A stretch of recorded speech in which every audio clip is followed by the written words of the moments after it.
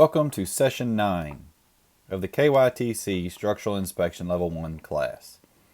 This class is on reinforcing steel. So why do we reinforce concrete?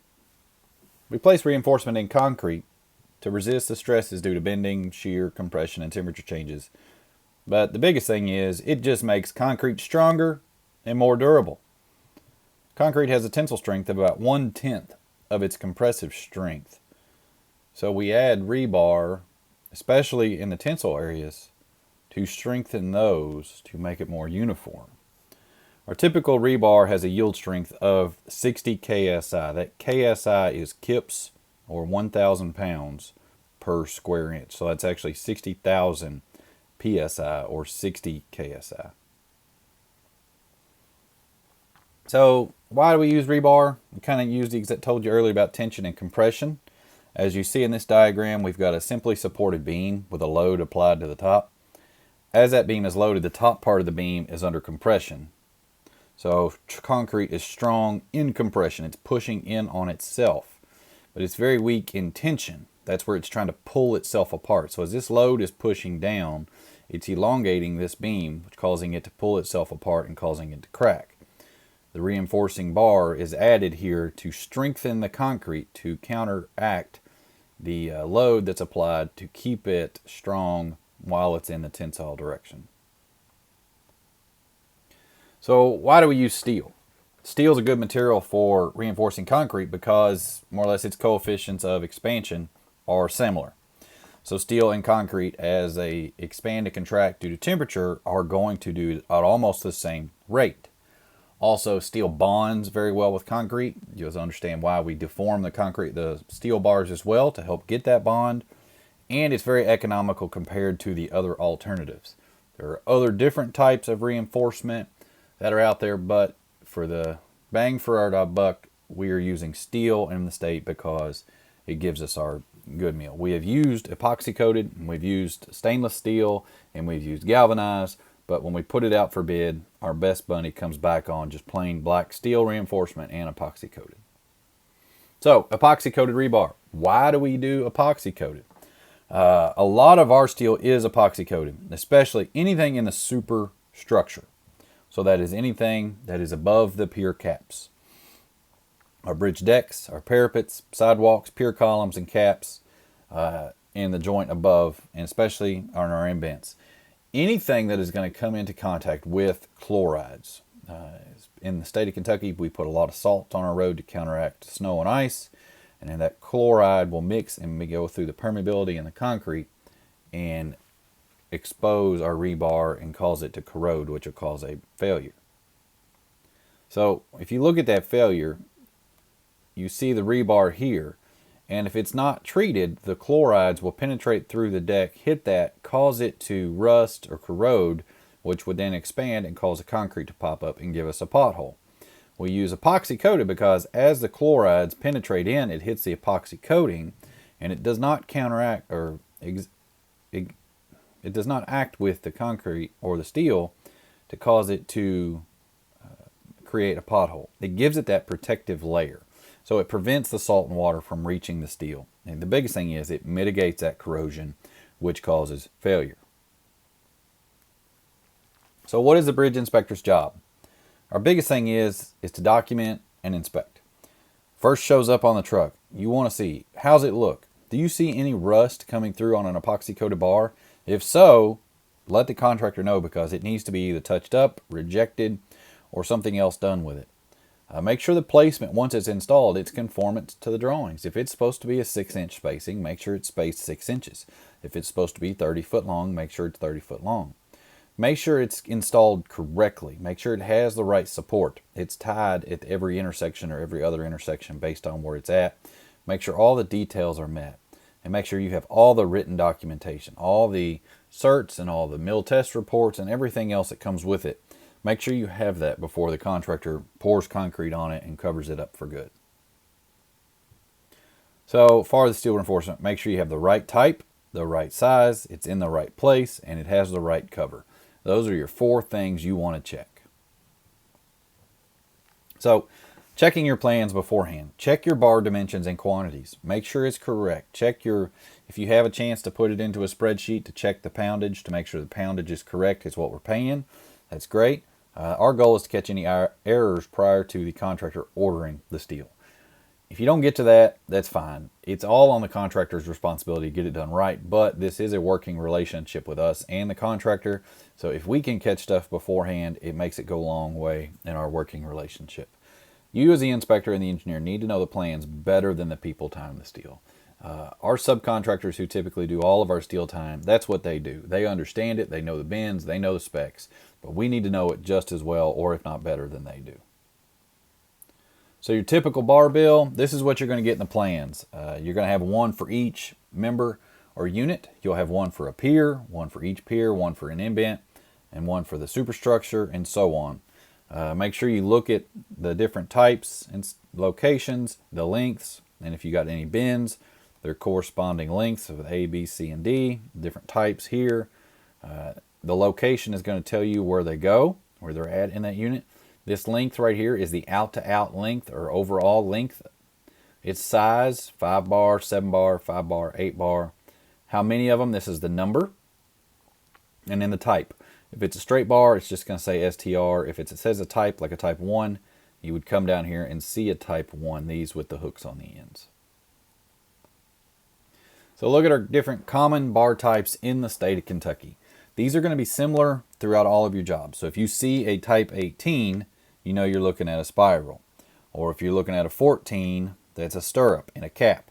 So once you kind of build enough bridges, you will see what type it is and you'll kind of recognize it automatically. But you'll always have it on your bar bill exactly what types are used in your plans.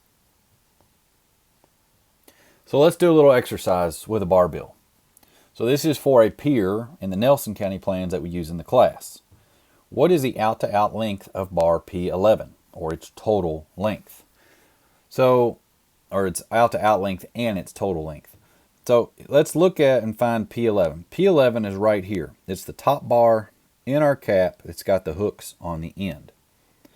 So if you can't find it, you can always go to the bar bill and look to see where it's located. So P11 is right here, and it's the cap, the top bar. So you could come back here and go, all right, I'm in the cap, the top bar, there it is, P11. So let's look at the first one. What is the out-to-out length of P11? So out-to-out length is from here to here. So what is that length? Let's go over here. Well, we've got a length here, and then we got a length here. So which one is it? Let's go to our bend diagram and look at our dimensions. Our type 1 dimension is our D dimension right here. So it goes from this edge, this is the out length, to this out length, and that is our dimension D. So let's go back here on our P11. So our out-to-out length is 55 foot 8 inches. So if you want to look at the total length, that's if you take these hooks and lay them out and make it a straight bar, you would then come here and look at this 58 foot 7 inches length here in this length column. That is if you're just calculating the weight for payment for what you're needing to go in the field and want to check are these over here to make sure it fits in the formwork. All right, let's go back to the next one. What is the out-to-out height and width of P19? Now this one's a hard one to find. You look through here, you got P15 through P25, P26, here's a P16 through P27, and so on. So to get an exact, let's come over here. P19 is right here, and it is a cap stirrup. So a stirrup, if you look at our bend diagram, is this right here. It's these square rectangular bars that are bent and tied together, and they get put in the top for strength on both sides, top and bottom. You'll want to notice which dimension is what here. Our A dimension is our height, and our B dimension is our width. So let's go back here for P19. It's a type 14. The S signifies it's a stirrup. There is only one. It is a number 5 bar. Our total length is 16 feet.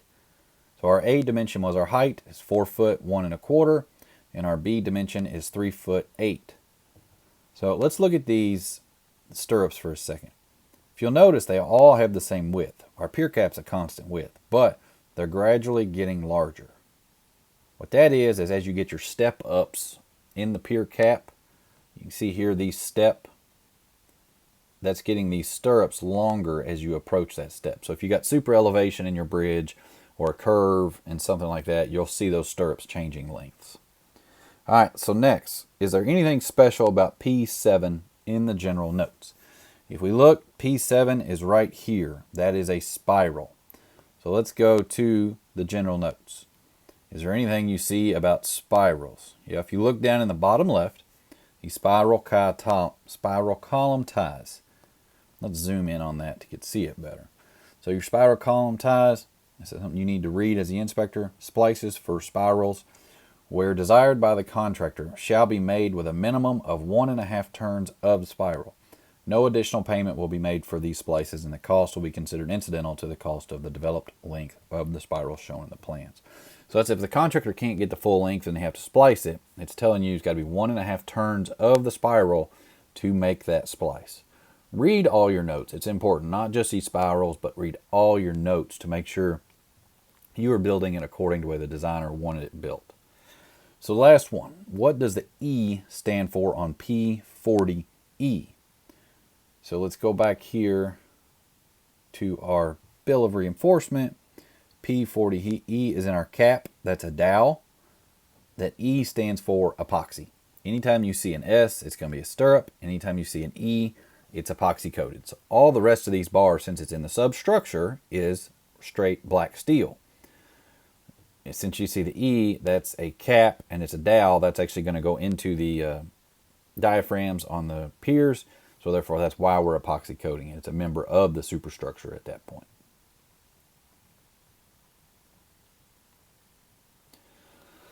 So reinforcing steel is designated by bar number. We saw that when looking at the sheet. The bar number refers to the diameter of the bar in 1/8 inches. If you want to look more into this, you can see the table in the spec book. But we call it out number 5 bars, number 6 bars, number 10 bars. We'll just look here. A 4 bar has a diameter of 1/2 of an inch. Because that 4 bar is 4/8. So it's 4/8 of an inch, which 4/8 is 1/2. So a 5 bar is 5/8 of an inch. Number 7 bar is 7/8, and 8 bar is 1 inch thick in diameter, and so on. You'll see these designated on the bars. You can see different bar marks. Some have a cross, some are straight and diagonal members, but you'll see right here where the bar size is denoted on the bar. If you ever want to know what it is, you can measure it or just find the marks and they will correspond to and tell you what size it is. So prior to rebar placement, as the inspector, you need to obtain the tags and the mill test report. So the steel is going to come in, they're going to offload it. You need to go collect the tags and correspond that to the mill test reports and check that for the rebar tags for proper markings and check that against your bar schedule and your drawings. Check the conditions. If it's black steel, make sure it's black, not rusted. If it's epoxy coated, make sure there's no breaks or nicks in it and make sure it doesn't have rust showing through. If you need to be, do your repairs that are necessary with that type of steel before installation. Here's a reinforcement tag. It's got the information on it. You can see right down here, this is Mark S3ES. Its length is 5'8". It's got the drawing number, the tag, the weight, and so on. You can see all that through here. Make sure this is correct. Some more documentation. This is the bill of the material that was delivered. Make sure you have these. Check it, put it in your files. Another rebar, the mill test report, and then we got an epoxy coating certificate saying the epoxy was tested and checked. This all is needed for your material sampling, so make sure you keep this. So storage. Once they offload it onto the trucks, they need to keep it off the ground. Especially black steel, we don't want it in contact with the ground because it'll weather prematurely, and we don't want it weathered before it goes into the concrete.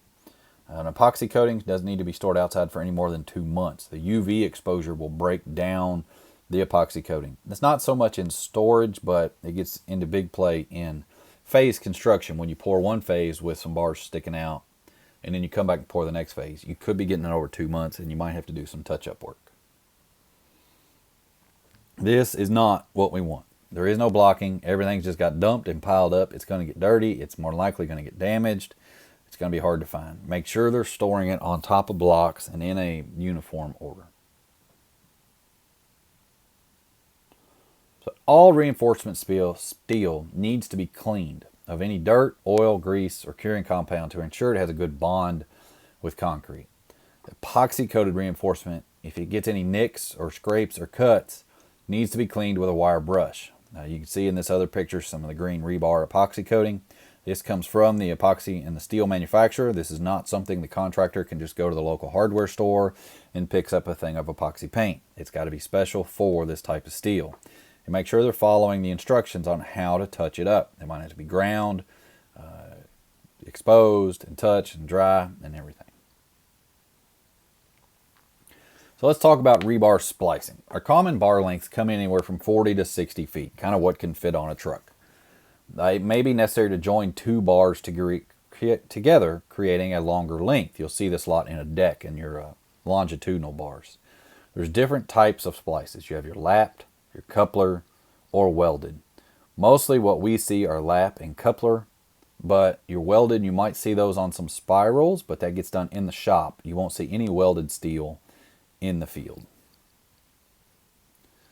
So your most common type of lap splices are just your lap splices. They have an overlap. This length is determined by the engineer. The old way of thinking, well, I can take so many times the bar diameter, is out the window. Now we actually look at what's designed by the new LRFD code. So make sure you're going with the plans. If you don't have it in the plans and they need to do a lap splice, check with the engineer record to see what that lap splice is. It depends on the bar size, the grade, the concrete, the quality of the bar, quantity of the bars, the tension, top bar location, epoxy coated, and so on. But if it's labeled in the plans, it'll show you what the splice is, and your notes will tell you what that. Like right here, you can see it's a 2 foot 2 inch minimum lap. You can see it denoted here, and you see it denoted here. You can see a zoom in right here. Yeah, here's your splice, and this is your negative moment steel over up here. So here's a picture of a lap splice.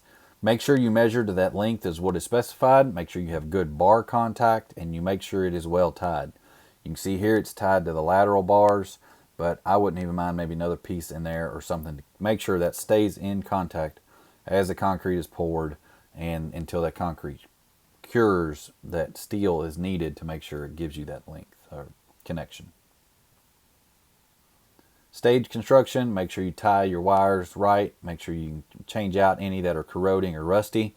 These are the ones I'm saying you can tell these have been in place for a longer time than these. So if they need to go in and touch those up, that's part of doing the work. Make sure they grind it and use the epoxy touch-up paint. So rebars, splicing. We use a lot of couplers. These are expensive. We would rather use the lap splices, but if we get into the couplers, we need them. You've got grouted couplers, threaded couplers, and screw type couplers. Most of what we see in the state are threaded and screw type. I've been around for 13, 14 years now, and I have not seen any grouted. I've asked around. I haven't seen anybody else has seen grouted either. These get installed as per the manufacturer's instructions. Make sure you get those instructions. And it's up to the contractor to install them correctly. That's why we make them put together a sample, and that sample gets submitted for testing. We do a pull test to make sure the rebar fails before the coupler fails. But there's different types. There's threaded where you can put them in, or these screw type couplers. Just make sure they're getting installed correctly. Here's another mechanical splice, just as a threaded one, but make sure it's got to meet 125% of the yield strength of the steel. We had some on a bridge that were number 18 bars. So you can imagine that is 2 1/4 inch thick diameter bar with a coupler. And we had to travel all the way to Ohio to test these, and it shook the whole room when the steel broke. So your bend diagrams, we've talked about these a little bit already. You got your 14s, which are your stirrups. 5s are these L's. Here's your 8, your 2. Make sure you look at those bend diagrams to see and check your dimensions. Make sure they're in conformation with the drawings. Make sure the bends aren't too sharp. If they're epoxy coated, make sure the epoxy is not broken at the bend. And if there's an S after that, that means it's a stirrup. Your spacing. So make sure you're looking at the plans and specification that you're in the right spacing. If it's supposed to be a 6-inch spacing, check it. That's center of the bar, 6-inch to 6-inch. And then tying, the way the spec book reads is if it's a 12-inch by 12-inch, you tie all intersections. If it's a 12-inch by 6-inch, you still tie all intersections. If you have both dimensions less than 12 inches, then you can tie alternate intersections. So only if it's a 6-inch by 6-inch, as in this picture here, or if it's a 6 by 9, or those are our typical spacings, then you can tie every other. But if it's more than that, then you need to consult the specs and make sure we tie all intersections. 602.03.04 of the spec book details that pretty clear. The next thing is make sure you got your right clear cover. I've said before in other videos, a tape measure is your best friend. Here you see we're supposed to have 2.5 inches of clearance on the top and 1 inch of clearance on the bottom.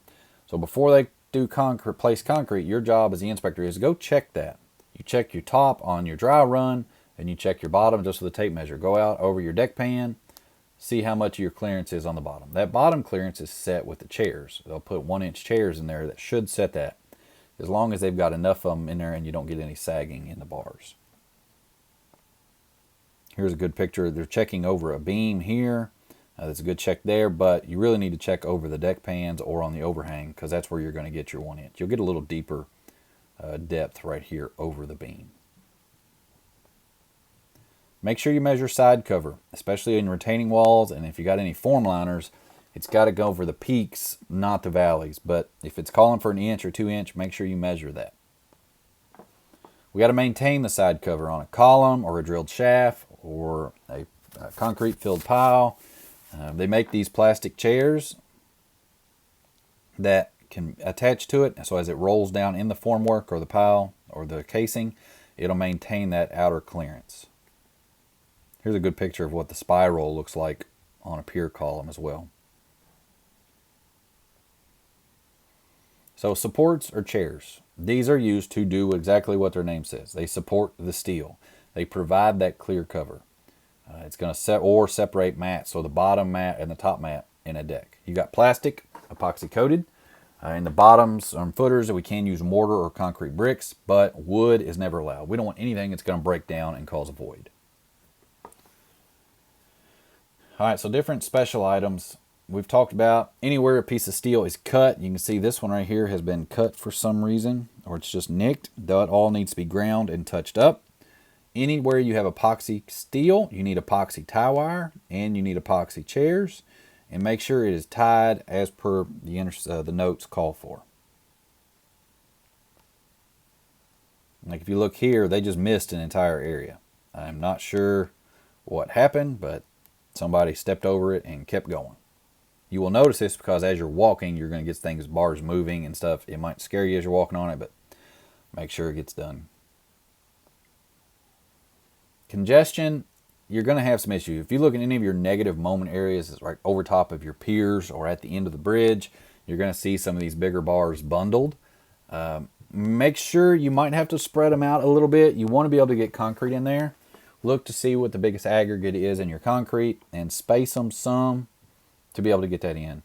We have recently increased the slump requirement on our concrete. So in a deck or even in a pier, you can now get up to a 7-inch slump, which will help get concrete in these congested areas. All right, so your checklist, right before you're ready to pour concrete, what do you need to look for? Check the size, the location, the spacing. Get out with your tape measure, make sure it's correct. Check your rebar cover. If it's supposed to be 2.5, check it. If it's an inch, check it.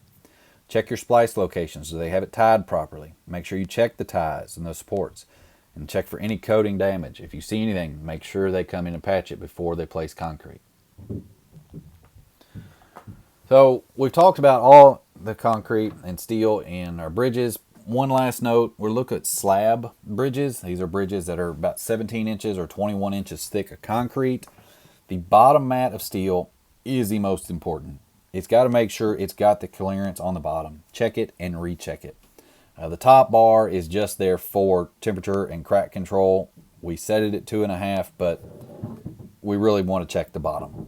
The bad thing is you can't really check the bottom again unless you get a man lift or something else, but we need to make sure that bottom is set. Any deducts from the spec book may be applicable for the top mat, depending on where we're at, but we still have to follow specifications. So the bottom and the top longitudinal steel is critical for carrying the load. Check it and recheck it. Make sure we have all of our clearances met. Some final notes. Epoxy coating is flammable and poisonous. We're not going to heat bend it. Don't really want to weld it. There's other situations. And then finally, specification 609. We'll talk about this in other videos, but that's deductions for slab cover. We come in and do pacometer testing to check if it's 2.5, we want our 2.5 inches of clear cover. So if it gets less than that or more than that, we will take deductions. That is it for reinforcing steel. Thank you for joining me in this video. I hope you learned a lot. If you have any questions, leave it in the box below. Give me a thumbs up, share it if possible, and let all your other inspector friends know that this video is out there and they can check it out. Thank you. Have a great day.